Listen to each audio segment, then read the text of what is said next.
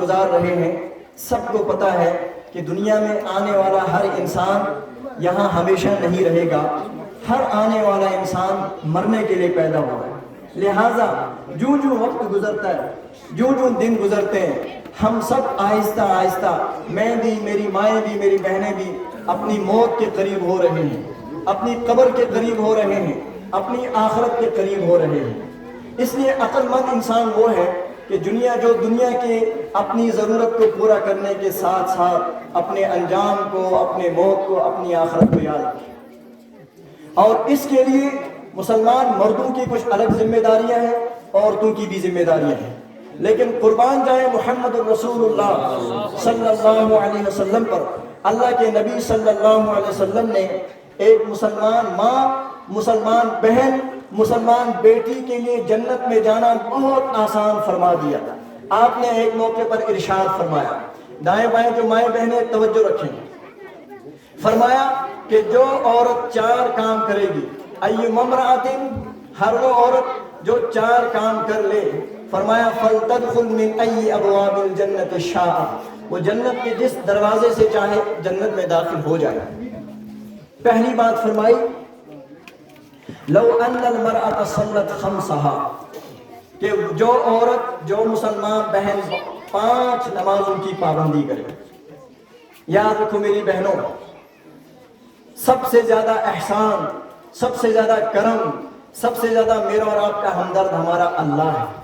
اس اللہ نے ہمیشہ ہمارے عیبوں پر پردہ ڈالا، اس نے ہمیں نعمتیں عطا فرمائی، اس نے عزتیں عطا فرمائی.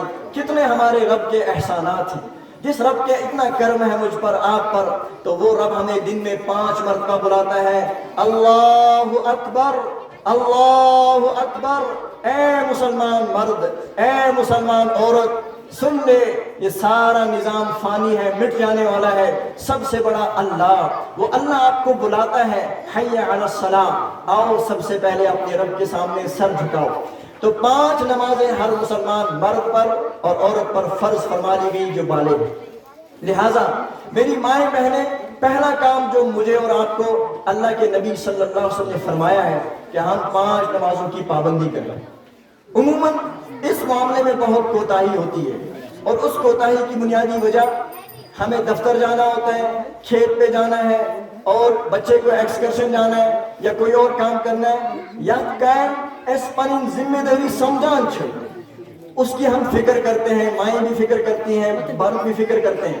اگر ہم نماز کے بارے میں ارادہ کر لیں، رب سن فریض، اللہ تعالیٰ سے رضامندی سے احتماس، اور ہمیں اپنے اللہ سے جا کے ملنا ہے. لہٰذا جب بھی اللہ کا پیغام آ جائے نماز کی شکل میں، میری ماں، میری بہن، میری بیٹی، وہ اپنا کام، اپنے گھر کے چھوٹے موٹے سارے کاموں کو سائڈ میں کر کے سب سے پہلے اپنے رب کے سامنے سر جھکائے.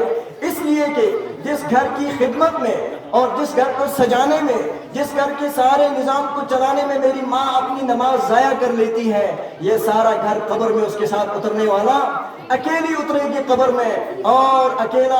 اس وقت اللہ اس سے پہلا مطالبہ کرے گا، من رب کا، بتا میری بندی تیرا رب کون ہے، اور اس رب کے سامنے سر جھکا کے آئی ہو یا نہیں آئی. تو پہلی بات کہ ہر ماں بہن، جو عورت 5 وقت نماز پڑھے. نمبر 2، وصامت شہرہا، سال میں 1 مرتبہ 1 مہینے کے روزے اللہ نے فرض فرمائے. نمبر 2، جو ماں بہن رمضان کے روزوں کی پابندی کرے. 2 باتیں. تیسری بات بڑی اہم ہے، وَأَحْسَنَتْ فَرْجَهَا، جو ماں بہن اپنی عزت کی، اپنی آبرو کی حفاظت کرے. یاد رکھیں، ایک ماں کے پاس، ایک بہن کے پاس، ایک بیٹی کے پاس سب سے زیادہ قیمتی چیز اس کی عزت ہے، اس کی آبرو ہے، اس کی ناموس ہے. لہٰذا اسی عزت کو بچانے کے لیے محمد الرسول اللہ صلی اللہ علیہ وسلم آئے، اور آپ نے عرب کے ایسے ماحول میں جہاں ماؤں کو، بچیوں کو، جو بچیاں کل مائیں بننے والی تھی، بہنیں بننے والی تھی، جہاں بچیوں کو زندہ دفن کیا جاتا تھا، محمد عربی صلی اللہ علیہ وسلم نے ان عورتوں پر ترس کھایا، ان ماؤں بہنوں کو زندگی بخشی، اور ان کو ایسی عزت عطا فرمائی، ان کے سروں پر دوپٹہ قائم کر لیا، ان کو شرم و حیا کی تعلیم دی. لہٰذا اس کی کچھ ذمہ داریاں میری ماں بہن کو حکم دیا میرے اور آپ کے نبی نے، اور نبی نے اپنی بیٹی حضرت فاطمہ رضی اللہ تعالی عنہا کا کردار پیش کر دیا کہ میری ماں بہن، اس کا گردن ہمیشہ پردے میں ہو، وہ اب اپنا زیادہ سے زیادہ وقت اپنے گھر میں گزارے، گھر سے باہر بلا وجہ شادیوں میں، بازاروں میں اور راستوں میں گھومنے پھرنے والی میری ماں بہن بیٹی، یہ اس کا طریقہ نہیں ہے، اس سے میرے اور آپ کے نبی نے منع فرمایا ہے۔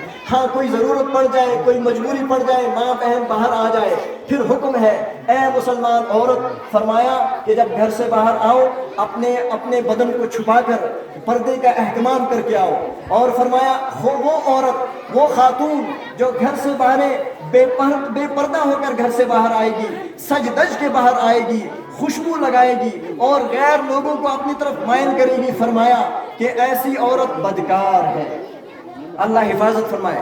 اور میں اپنی ماؤں بہنوں سے ایک خاص حدیث پاک عرض کرنا چاہتا ہوں۔ رسول پاک صلی اللہ علیہ وسلم نے ایک موقع پر امت کی بیٹیوں میں بات فرمائی، پھر فرمایا یا معاشر النساء، اے میری امت کی بیٹیوں، فرمایا اکثرنا تکثر الصدقہ، کثرت سے صدقہ کیا کرو اور اپنی زندگی کا سوچو، فإنی رأیتکن اکثر اہل النار، میں نے جہنم میں زیادہ عورتوں کو دیکھا۔ کیا فرمایا کہ اے میری امت کی بیٹیوں، بگوس میں نے دیکھا جہنم کو، ایٹ وچ مزاد مستورات۔ صحابہ کرام کی عورتوں نے عرض کیا یا رسول اللہ صلی اللہ علیہ وسلم، کیا وجہ ہے عورتیں جہنم میں کیوں زیادہ جائیں گی؟ آپ صلی اللہ علیہ وسلم نے ارشاد فرمایا دو بڑے جرم میری امت کی بیٹیاں کریں گی، اس کی وجہ سے جہنم میں جائیں گے۔ ایک فرمایا تکثرن اللعنہ، کہ میری امت کی بیٹیاں زیادہ زبان پر لعن طعن کرتی ہیں، بچہ کو لعنت، گھر کو لعنت، شوہر کو لعنت، کھیت کو لعنت، بالن لعنت، پرتکن چیز۔ تو لہٰذا لعنت کا مطلب یہی نہیں ہے کہ وہ کہیں گے پیویا لعنت، یہ بھی لعنت ہے۔ جس چیز کو کہتی ہے تباہ ہو جا، دفع ہو جا، اور اس طرح کے برے الفاظ استعمال کرتی ہے، یہ بھی لعنت میں آتا ہے۔